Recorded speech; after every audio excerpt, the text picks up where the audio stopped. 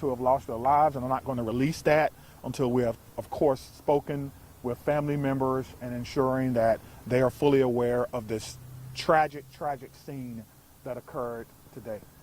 I want to thank all of the law enforcement partners and community members that came out to help, our friends at the ATF.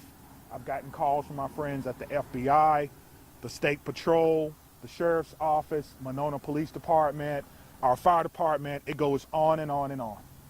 Because this is something that we all prepare for, but we hope we never have to do.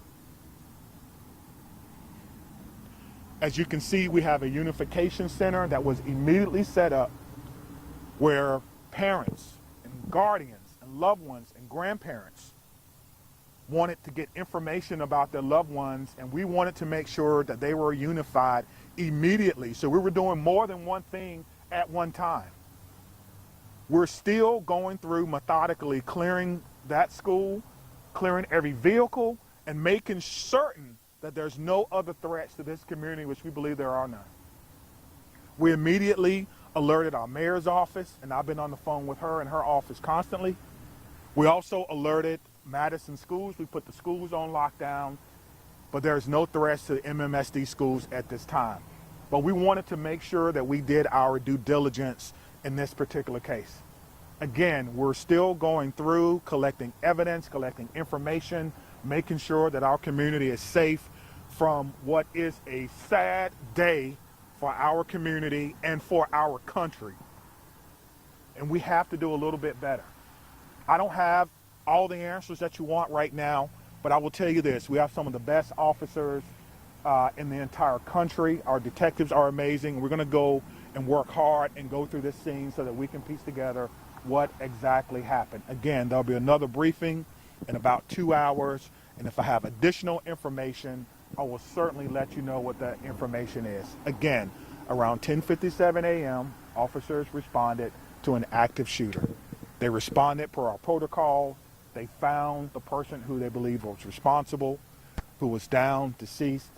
We know that it's juvenile. We know that there are other persons who have lost their lives. We know that we've transported about people after giving them life-saving measures. It's important to notice, too, that about 3 miles from here is our training center. Today, our special event team medics were in training. And so they got to practice in real time. They left the training center immediately and came down here and doing in real time what they were actually practicing for. And that's why training is so important, and making sure that we can provide the best possible training and the best possible response for our community members. I'm asking everyone to send your heartfelt wishes and prayers and thoughts yet again to a community, but this time it's my community. Dylan? Yeah, can we start over here with Sure. questions? Chief, you mentioned you're a father, you're the police chief here in Madison. What emotions are you feeling right now after going through all that? To be honest with you, I'm feeling a little dismayed now. I'm so close to Christmas. Every child, every person in that building is a victim and will be a victim forever. And these types of trauma don't just go away. And we need to figure out and try to piece together what exactly happened. And right now, my heart is heavy for my community. My heart is heavy for Madison, and we have to come together as a community and figure out what happened here and make sure that it doesn't happen in any other place that should be a refuge for students in our community. Right there. What sort of gun-related policies, if any, were in place at did the school have metal detectors? I'm not aware that the school had metal detectors, nor should schools have metal detectors. It's a safe space. So I don't know. Again, it is a private Christian school. It is not under the authority of MMSDs, and that is something that we'll have to look into. Chief, of the 7 victims, how many are students? How many are teachers? I'm not going to give any information about who the victims are, whether they're students, staff, or parents, because we need to make sure that we can notify people. I think that's the most important thing before we go any further. But police they never fired their weapons. That is correct. Correct.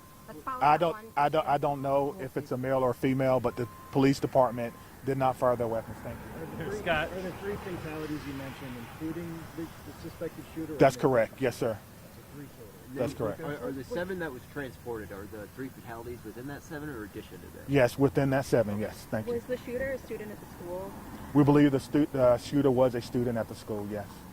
What can you tell us about the status of the other transports?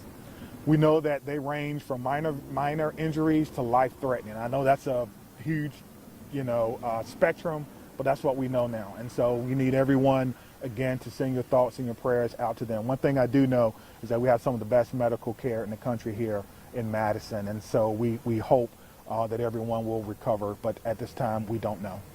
So we did just get an update from our command post. 5 deceased at this time, 5 injured. So total 10. You know what So kind total of of gun was 10. used? Again, this is a ever evolving situation. Just hearing that, what does that make you think? How does that make you feel? That we have to do a better job in our community on a Monday, right? So close to Christmas that we're updating victims. And so there's a lot of work that has to be done, and we're committed to doing that work. We just ask for your patience. I think the most important part is the reunification, again, that we spoke about, making sure that those persons who were in the schools, whether they're staff, students, or what have you, are reunified, and we have done that. Again, I want to say thank you to all our partners. Again, our friends are here from the ATF. They're going to help us. I heard the question about the gun. I don't know yet, which is why we have a great partnership with the ATF that will help us determine the origin of this gun and where it happened. So I'm going to leave it at that, and we will have another press conference. Stephanie has the location.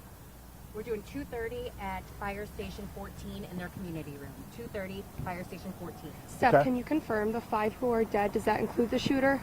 That doesn't include It the was. shooter. Are the victims students, teachers, a mix? Yeah, again, we're not going to talk about that until we notify all the families that may be involved. Again, this is Is this a 17-year-old girl? this is Is an this a 17-year-old girl, Chief? ever evolving situation, and we're trying to figure it out. What did you say, Has man? the school been cleared? Are all the students out of the school? The school has been through a secondary clearing. We're doing another one now with the help of bomb dogs, just in case.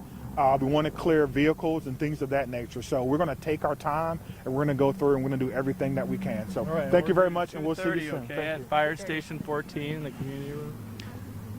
Are the students still in the school right now on lockdown? They're out.